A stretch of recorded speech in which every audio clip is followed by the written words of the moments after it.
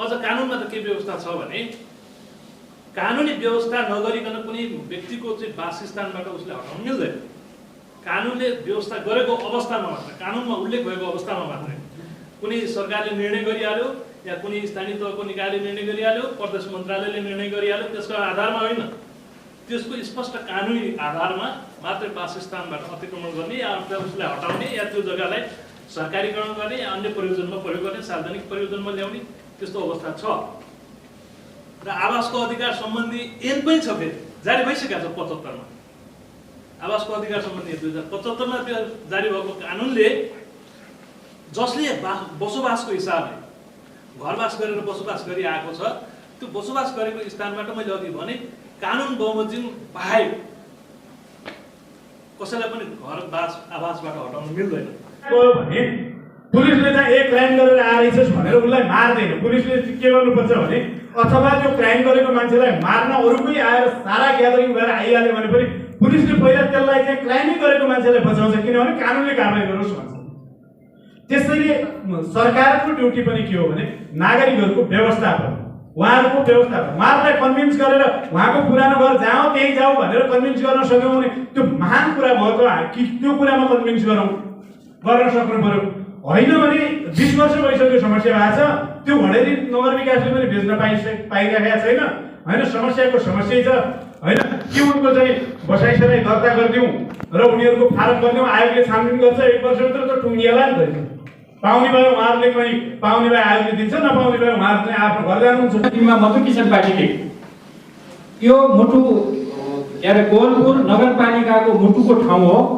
यहाँ भोलि बिहान स्मार्ट सिटी आदि इत्यादि, भोलि बिहान यसका आकाशे पुलहरू, यसको विकास गर्न 100 वर्षपछिको कोहलपुरको अवस्था के होला आदि इत्यादिका बारेमा पनि चिन्तन गर्न सबैलाई आवश्यक छ। कोहलपुर 11 का शान्तिनगर र डुडुवा बस्तीका 618 घरधुरी सङ्ख्यामा रहेको सुकुम्बासीहरूले आफ्ना हकहित र अधिकारको लडाईँमा सङ्घर्षको कार्यक्रमहरू गर्दै विगतमा 18 दिनसम्म विभिन्न कार्यक्रमहरू गरे। त्यसै अन्तर्गत 10 दिने अल्टिमेटम दिएको आज 6औं दिन। अव्यवस्थित भूमिहीन सुकुम्बासी सङ्घर्ष समितिका संयोजक, कोहलपुर नगरपालिकाका मेयर लुटबहादुर रावत, कानुनविद, राष्ट्रिय मानव अधिकार कर्मी, बुद्धिजीवी तथा सरकारवालाहरू सँगै एकै ठाउँमा बसेर निकासको निम्ति गरिएको सार्वजनिक नागरिक बहस कार्यक्रमको यो भिडियो अन्तसम्म हेर्नुहोला। भएका जुन व्यक्ति छन् यहाँ देखिरहेका छौँ, यत्रो प्रमाणहरू छन्। यहाँहरू चाहिँ यो प्रमाणको चाहिँ दस्तावेजहरू यहाँले पेश गर्नु भएको छ। यी प्रमाणहरूभित्र यहाँहरूको बिजुली बत्तीको बिलहरू छ, आफ्नो चाहिँ मतदाता नामावली परिचय पत्र छ। त्यसै गरेर यो यही क्षेत्रभित्र बसाइसराई गरिआएको बसाइसराईका कागज प्रमाणपत्रहरू छन्। र यहाँहरूले जुन आफू बसिरहेको भूमि उपभोग गरिरहेको अवस्थामा त्यो भूमिको उचित व्यवस्थापन गरिदिनु पर्यो र बस्ती व्यवस्थापन गरिदिनु पर्यो भन्ने माग राख्नु भएको छ। तर त्यो मागहरूको व्यवस्था भएको कारणले र लामो समयसम्म सङ्घर्ष गर्दा त्यो आन्दोलनको पनि अर्थ र महत्त्व वास्तविक रूपमै नगर क्षेत्र र स्थानीय सरकारले महसुस नगरेको हुनाले हामीले नगर क्षेत्रलाई र नगर क्षेत्र मात्रै नभएर यो समस्यासँग सम्बन्धित मन्त्रालय, सरकारवाला निकाय, सम्बन्धित पदाधिकारीहरू र अन्य यो क्षेत्रसँग सम्बन्धित जानकार भएका जानकारहरू, विगतका नगर विकासका अध्यक्षज्यूहरू, उहाँहरू सबैको हामीले ध्यान आकर्षण गर्नका लागि यो कार्यक्रम आयोजना गरेका थियौँ। सुकुम्बासी भूमिहीन दलित र अव्यवस्थित सुकुम्बासीहरूको बसोबासी रहेको यो हाम्रो अहिले हामीले बसोबास गरिरहेका यिनी ठाउँहरू हो। त्यसकारण हामीले यिनलाई पनि एक ढङ्गले एउटा चाहिँ त्यसको क्याटेगोरीभित्र, त्यसको प्रक्रियाभित्र छिर्न हामी तयार छौँ। तर त्यसको उपयुक्त वातावरण बनाइदिनु पर्यो, हाम्रो माग छ। र अहिले त अझ हाम्रो त खास गरी 18 दिनसम्म हामीले आन्दोलन गर्दै गर्दाखेरि मेयर साहबसँग हामीले 7-8 पटकको हाम्रो वार्तालाप हिँड्दै गर्दा हामीले 5औं चरणको पछाडिबाट हामीले के पनि प्रस्ताव गऱ्यौँ भने मेयर साहबलाई यो सबै साथीहरूले ध्यान दिएर सुनिदिनु पर्ला।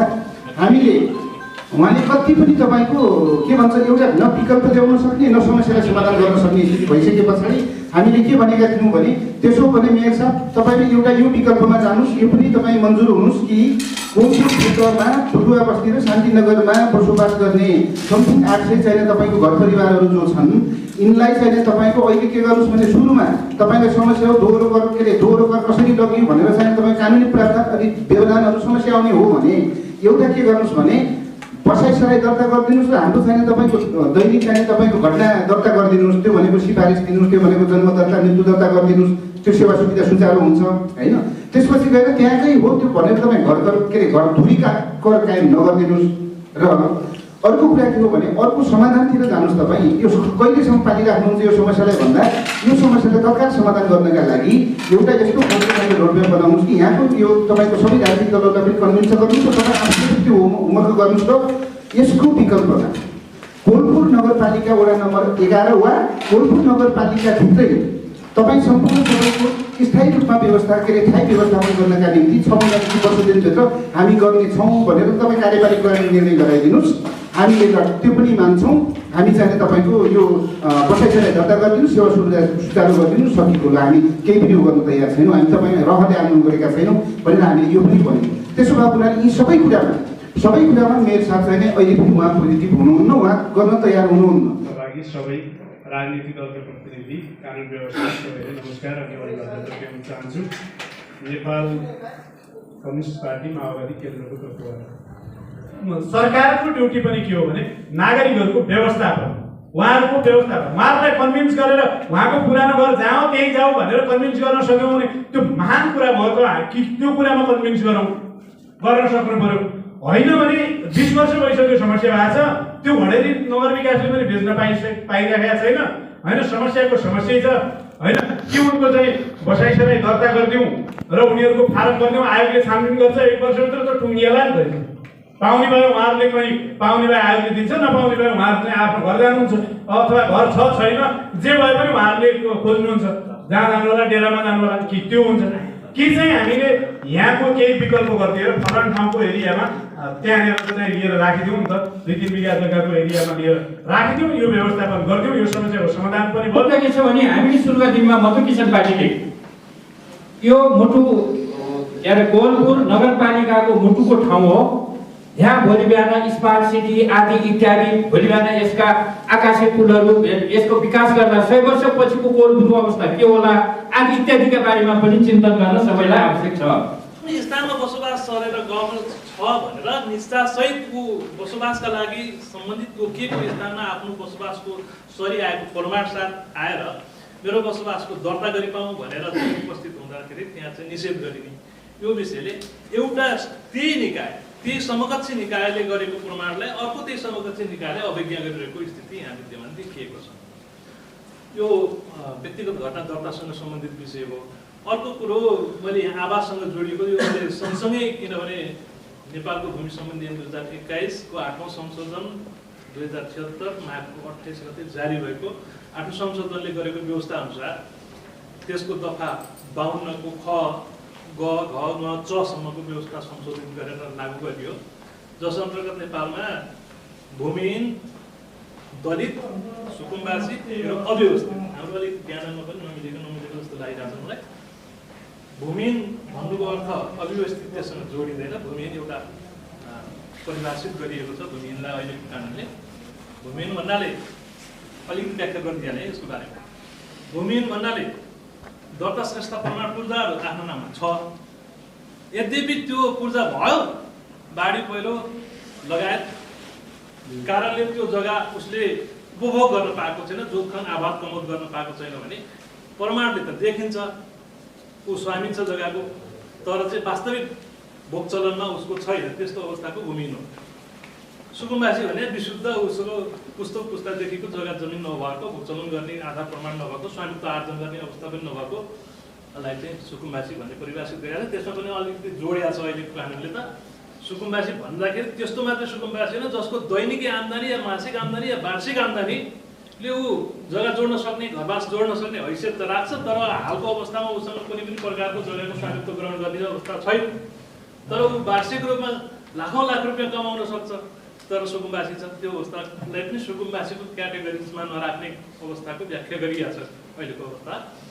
फेरि यो एउटा प्रसङ्गमा चर्चा चलाएँ मैले।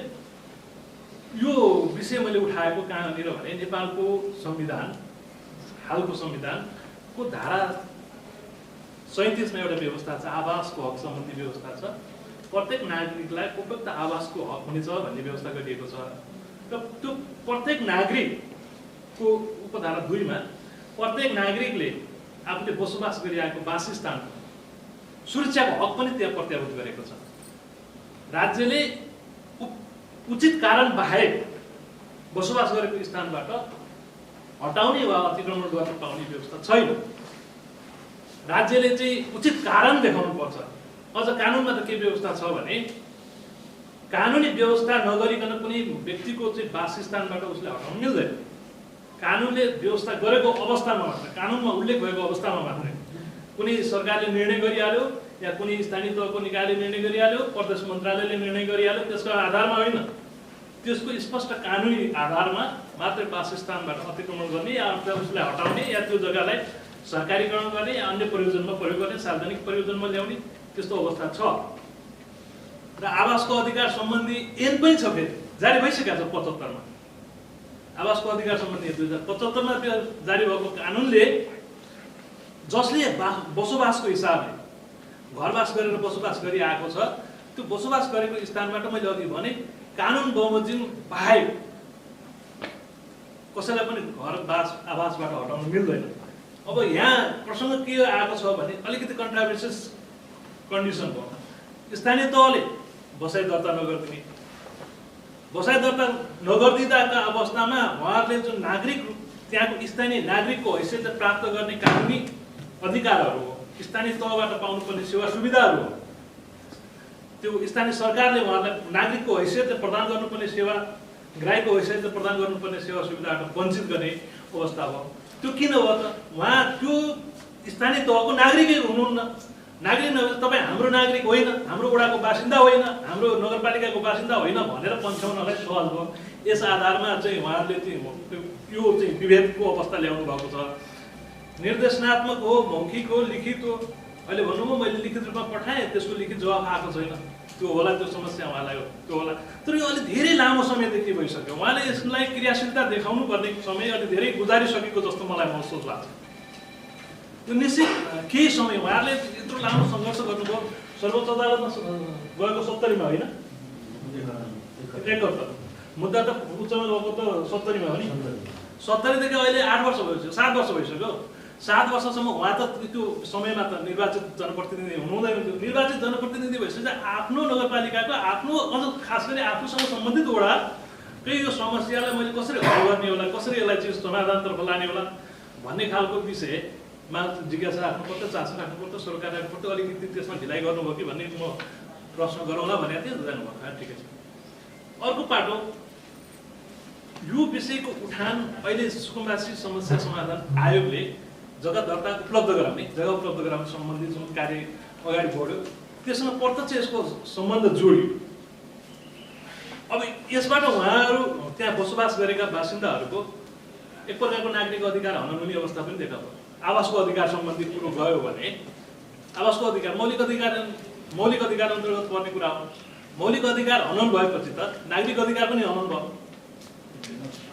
यो सन्दर्भमा यो आफ्ना नागरिकहरूको नागरिक मौलिक अधिकारमाथि नै असर पर्ने गरी कुनै घटना घट्दैछ भन्ने कुराको पूर्व जानकारी हुँदाहुँदै जनप्रतिनिधिले सरकारसँग सम्बन्धित विषयहरूमा सम्बन्धित निकाय र आफूभन्दा माथिल्ला निकायहरूमा त्यो विषयमा पहल गर्नु पर्थ्यो। अब अहिले गरे एकदम चासो भएको छ मलाई, म एकदम आतुर छु भन्नुभएको छ। फेरि उहाँको त्यो आतुरताले पूर्णता पाओस्, मेरो शुभकामना छ मलाई।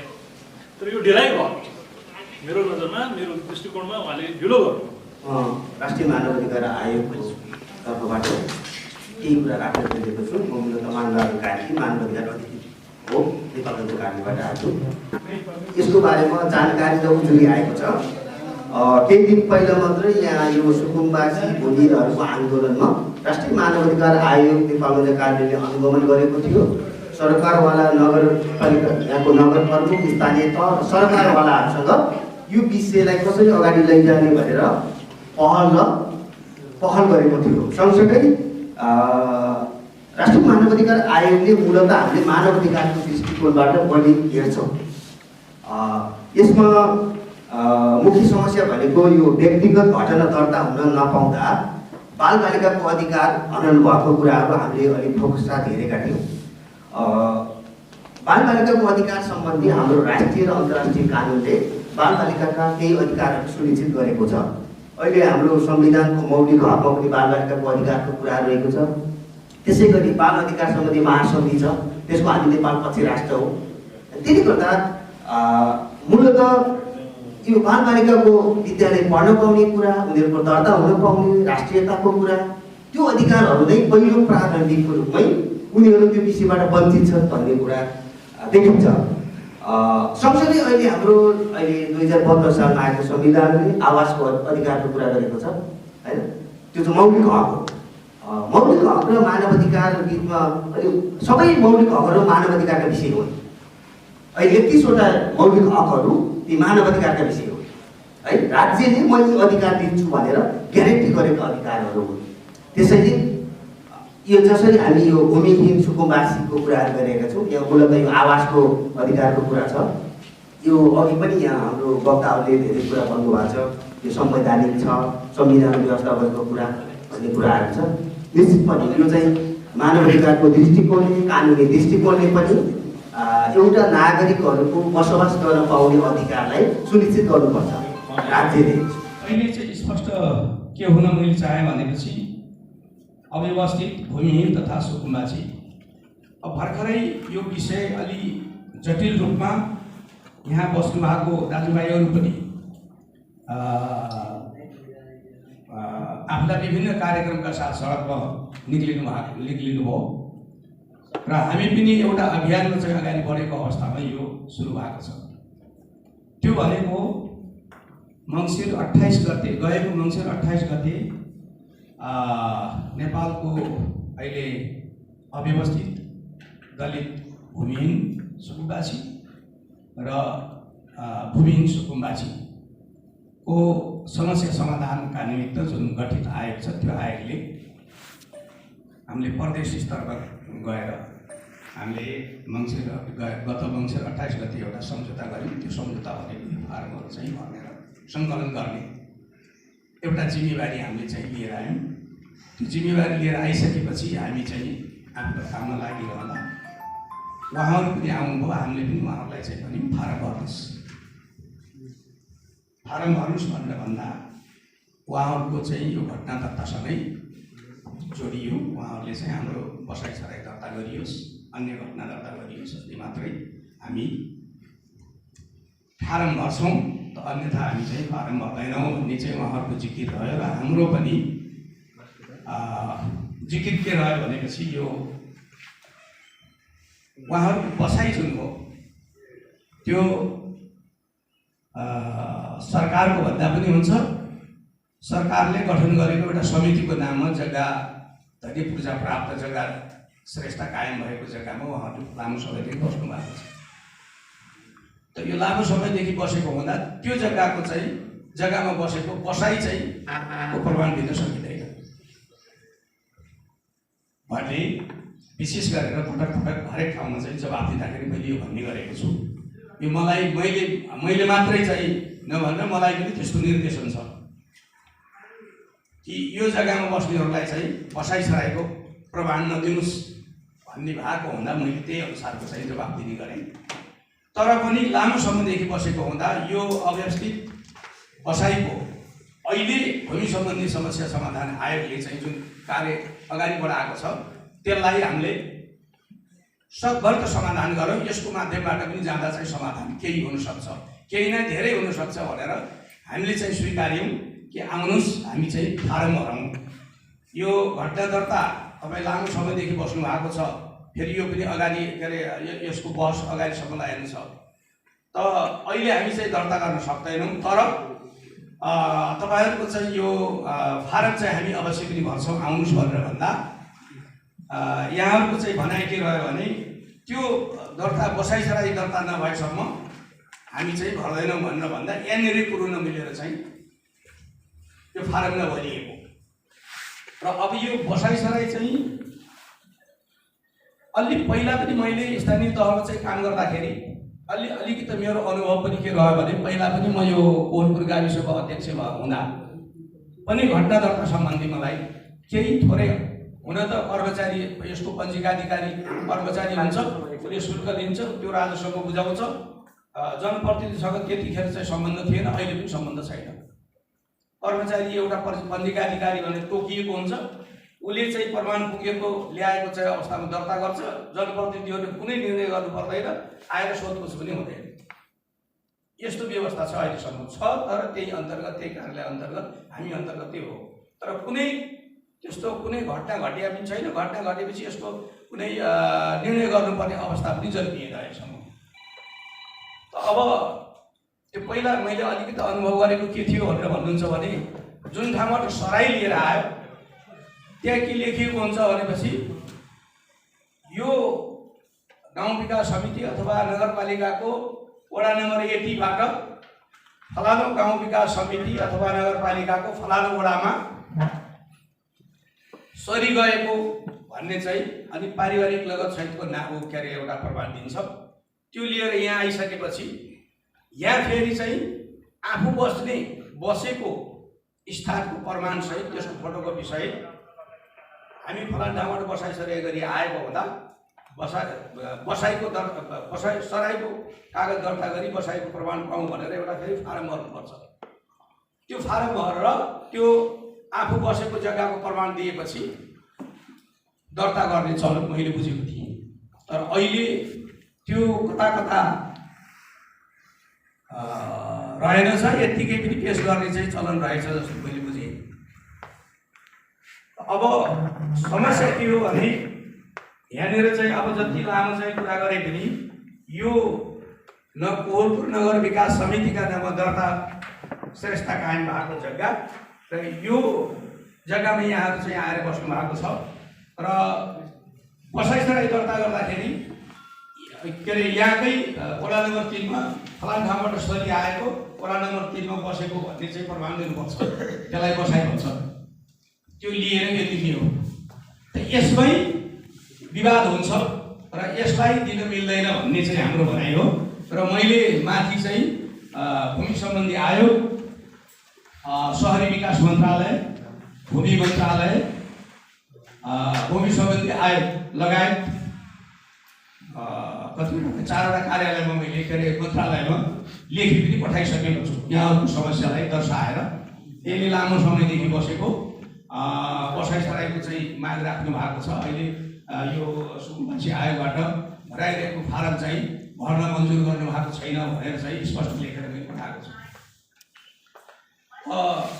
त्यसको लिखित जवाफ अहिलेसम्म आएन र के अरे विभागको चाहिँ डिजीसँग मैले महानिर्देशकसँग मैले बुझ्दा, उपमहानिर्देशकसँग मैले बुझ्दा यो समस्या हामीले लेखी पठाएका छौँ। यो हुन त सिधै विभागमा लेखेन, हामीले मन्त्रालयमा लेख्यौँ, तर यसको जवाफ आएन। हामी चाहिँ समस्यामा छौँ।